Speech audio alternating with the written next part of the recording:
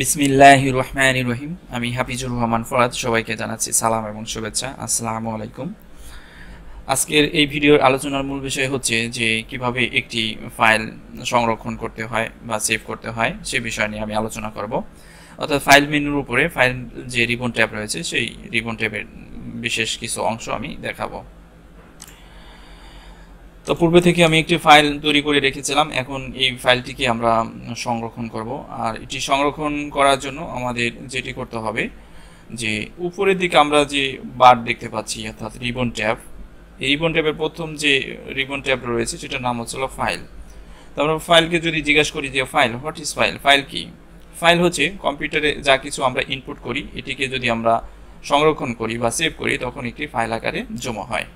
তো এই সংরক্ষণ বা সেভ করার জন্য আমরা ফাইল মেনুতে ক্লিক করব।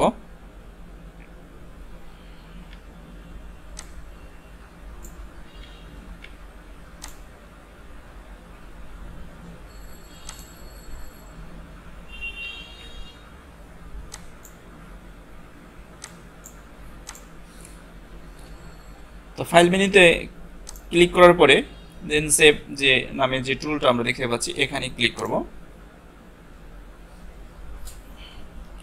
তো ফাইল নেম আমরা এখানে লিখব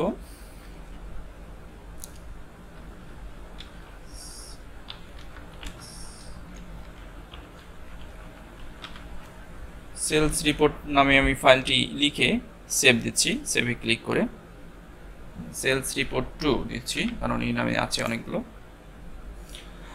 সেলস রিপোর্ট 2 নামে একটি ওয়ার্কবুক তৈরি হলো বা ফাইল তৈরি হলো। এখন সেভ অ্যাজ অপশন ইউজ করব আমরা।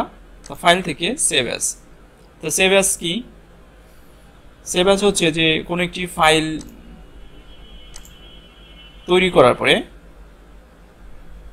বা পূর্বে থেকে কোনো একটি ফাইল তৈরি করা আছে ওই ফাইলটাকে এডিট করে অন্য নামে আমরা সেভ করতে চাই।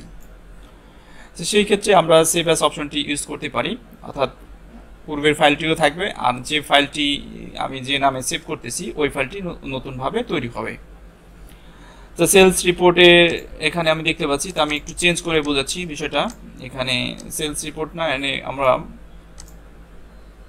প্রোডাক্ট লিস্ট আমরা নাম দিচ্ছি এখানে।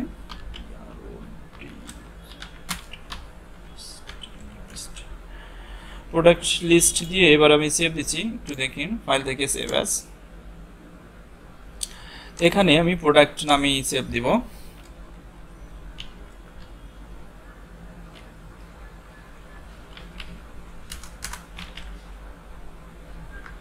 প্রোডাক্ট দেন এখানে সেভ অ্যাসের মাধ্যমে আমরা যেটি আরো বিশেষ কিছু কাজ করতে পারি, যে কোনো একটি ফাইল সংরক্ষণ করার পরে ওই ফাইলের নাম পরিবর্তন, লোকেশন চেঞ্জ, পাসওয়ার্ড দ্বারা ফাইল সংরক্ষণ ইত্যাদি কাজ আমরা সেভ অ্যাসের মাধ্যমে করতে পারি।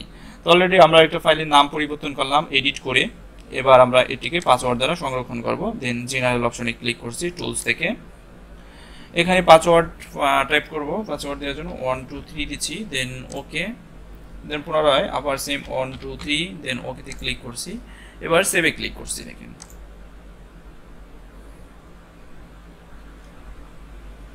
তো ফাইলটি সংরক্ষণ হলো। এবার আমরা এটিকে ক্লোজ করে দিচ্ছি। ক্লোজ। দেখেন এখানে কোনো এখন আর ফাইল নেই। তো আমরা ফাইলে ক্লিক করছি ওপেন। আমরা একই ফাইল দুই নামে সেভ করেছি। একটা নাম হচ্ছিল সেলস রিপোর্ট 2, দেন ওপেনে ক্লিক করছি। দেখেন সেলস রিপোর্ট নামে এটি ওপেন হয়েছে। এবার ফাইলে ক্লিক ওপেন। পুনরায় প্রোডাক্টে ক্লিক করে প্রোডাক্ট, দেন ওপেনে ক্লিক করছি। এবার এটির মধ্যে কিন্তু পাসওয়ার্ড চাচ্ছে। দেখেন 2 3, দেন ওকে। আমরা দেখতে পাচ্ছি যে উপরে প্রোডাক্ট কথাটা আছে। তার মানে একই ফাইল কি হয়ে গেল, কপি হয়ে গেল, অর্থাৎ ভিন্ন নামে।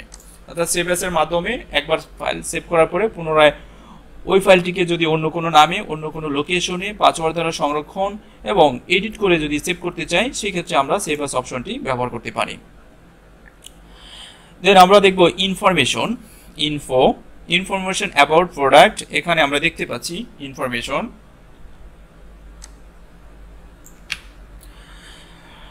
তারপরে যে বিষয়টা আমরা দেখব যে এখানে পারমিশনের যে বিষয় রয়েছে, যে আপনি এখান থেকে পাসওয়ার্ড দিতে পারবেন, ইন্টার কারেন্ট পাসওয়ার্ড। হ্যাঁ, আমার পাসওয়ার্ড অলরেডি দেওয়া আছে, এটার মধ্যে আমি আর যাচ্ছি না। তারপরে যেটা আমরা দেখব যে রিসেন্টলি যে ফাইলগুলো আমরা এখানে সেভ করেছি বা ওপেন করেছি সেটার লিস্ট এখানে আছে। এখান থেকে আমরা খুব সহজে ফাইলগুলোকে ওপেন করতে পারবো, এবং কোন ফাইল কোথায় আছে সেটার লোকেশন আমরা এখানে দেখতে পাচ্ছি রিসেন্ট প্যালেসের আন্ডারে।